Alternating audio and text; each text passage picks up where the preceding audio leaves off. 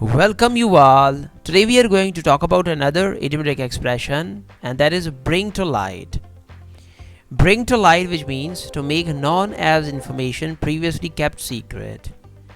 इसको हम उर्दू में अफशा करना, जाहिर करना, फाश करना, कोई राज फाश करना, यानी पहले कोई सीक्रेट था और या किसी चीज़ के ऊपर शक था, अब वो क्लियर हो गया, तो वहाँ पे ये हम इडियम यूज़ कर सकते हैं. How we are going to use it in sentences like the investigation brought to light several new facts about the case. So we have used here brought to light. यानी investigation बहुत सारे नए facts जो है वो case में लेकर के आई है. Here is another sentence or situation. Her research has brought to light new information about Jefferson's early life. So once again we have used here brought to light. So this is how we are going to use this idiomatic expression into the sentences or situations.